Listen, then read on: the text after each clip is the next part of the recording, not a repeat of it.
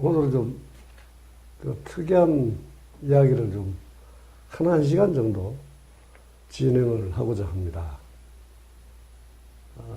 한 10년이 이제 거의 됐습니다만, 이명박이 대운하를 놓겠다고 막 설칠 때, 그 4대강을 살리기 위해서 한국 인구 중에 가장 열심히 노력한 분입니다. 수원대 교수 이원영 선생이시고요. 최근에는 생명운동, 특히 생명을 파괴하는 핵을 막아내기 위한, 이 땅에서 소멸시키기 위한 생명 탈핵 운동을 펼치고 계십니다. 이제 이게 생명 탈핵 실크로드라는 이름으로 일단 그 프로젝트 이름을 붙였어요. 예. 그래서 요걸 이렇게 붙인 게 어떤 취지였습니까? 예.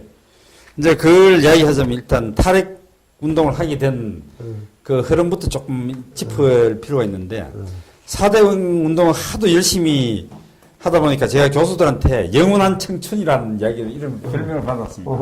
그래가 이제 하는데 어느 날 갑자기 후쿠시마에 탁 터진 거예요.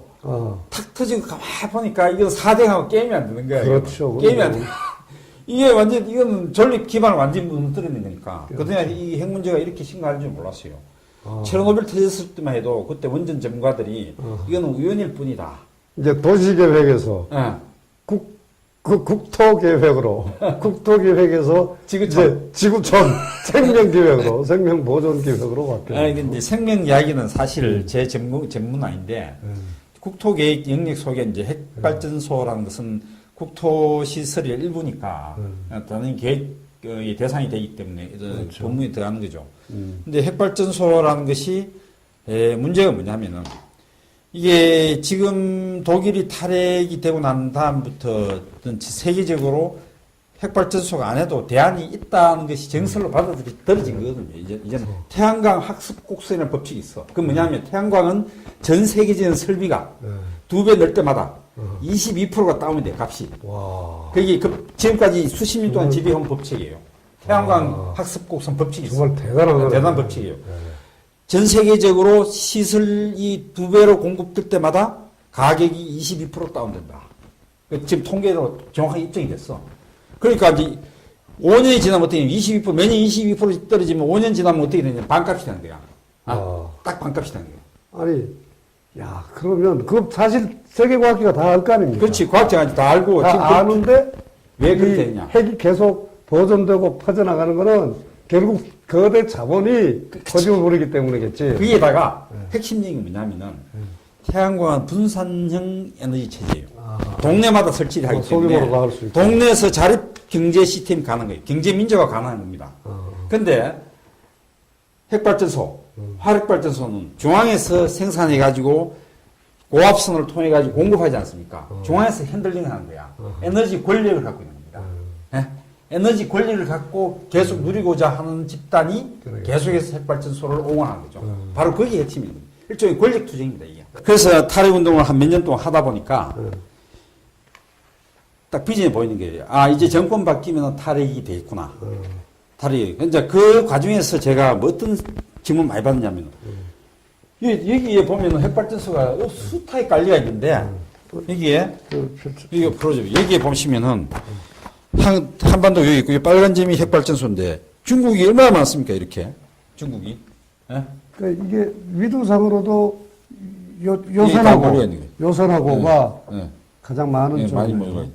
그래서 여기 많은 사람들이 서로 산업화가 제일 많이 되기 때문에 그런데, 우리나라만 탈핵하면 뭐하냐. 일본도 계속 돌리고, 중국도 계속 돌리고, 인도도 계속 돌리려고 하고 있고, 전 세계 450개가 깔리가 있다.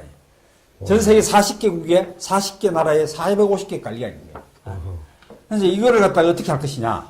이게 비전이 안 보이는 거예요. 그러던 찰나에 마침 제가 학교를 쉬게 되는 사건이 생기는 거야. 그렇지. 여기 이제 보면은 여기에 이제 달라이라마도 계시고 교황도 계시는데 이분들은 그냥 만나자면 안 만나줄 것 같아. 이분들 만나려면은 다 모르는데 걸어가면 만나주지 않겠느냐. 내가 한국에서부터 당신 만나러 걸어왔다 이거면 만나줄 것 같은 거야. 그래서 불자다운. 딱 한번 하고 그렇지.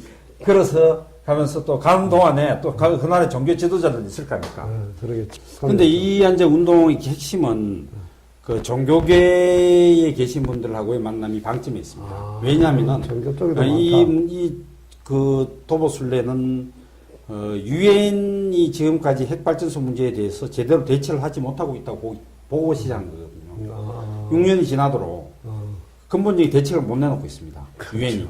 그다음에 유엔 산하에 있는 IAEA라는 기구도 근본적으로 핵발전소를 정설하고 많이 진짜는 쪽에서 출발한 단체이기 때문에 거기서 물론 안전을 강조를 하긴 하지만 목적 자체가 먼저 기능을 목적을 기술이 이게 결합이 된 그러나 그쪽 생산의 이 산업적 주체들이 그렇죠. 그렇기 때문에 목적이 다르기 때문에 이런 기존의 국제기구 가지고는 문제 해결이 안 된다.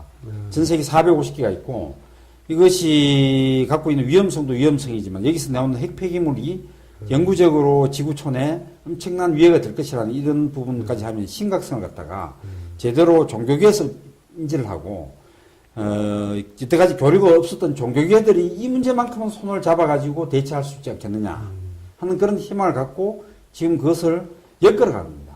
구슬이 스마리라도 껴야 보배듯이 생명이 소중하고 핵발전소가 위험하다.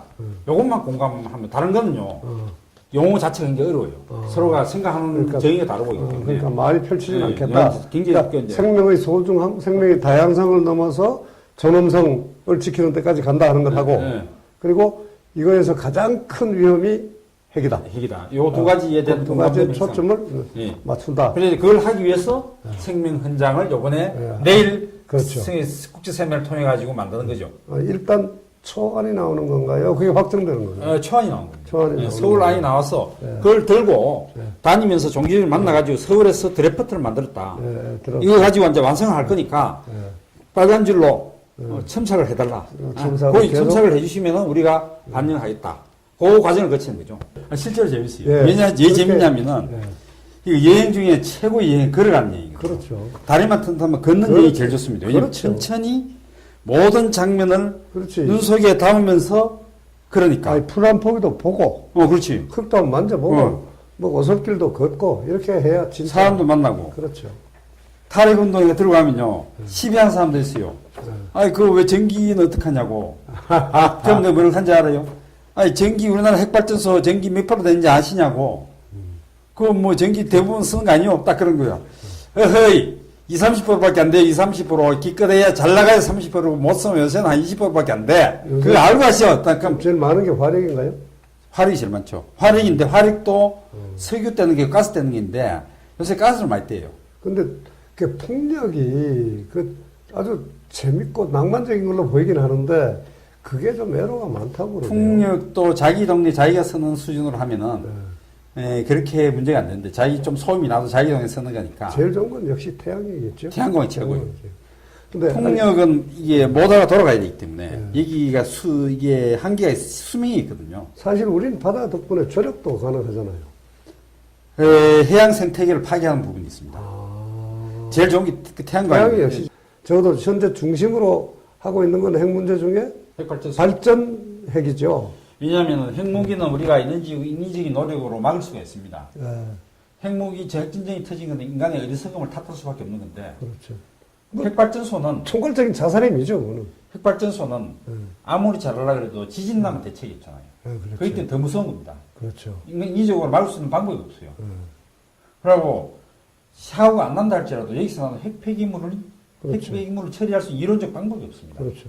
이거가 두 가지가 결정적인 저는 후자가 더 무섭다고 보는 것이 그렇죠. 이 양심을 팔는 거예요. 후손들한테 그렇지. 후손의 미래를 우리가 훔쳐가 지금 쓰고 있는 건 똑같은 그런 거예요. 거죠.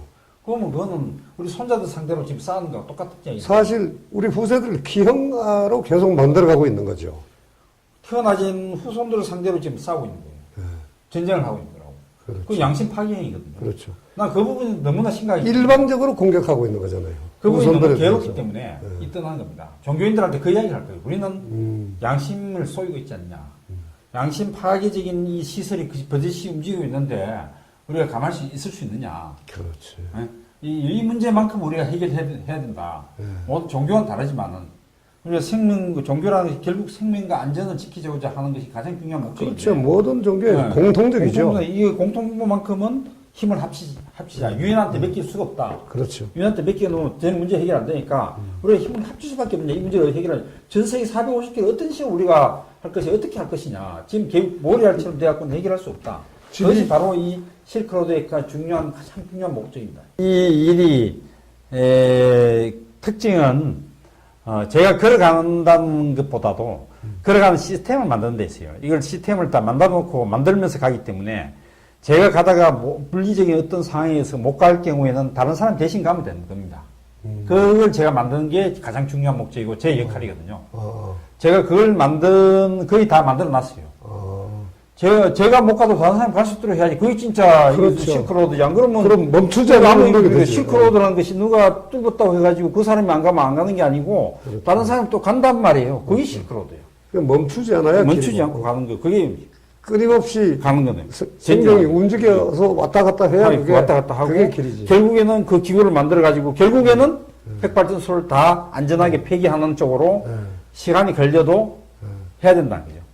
그걸 이야기하는 거예요. 저는 운이 좋아가지고 이제 그 첫걸음을 내딛는 사람이 되었다는 것이 제가 행운 아니에요. 그래도 한 5, 60년 지나면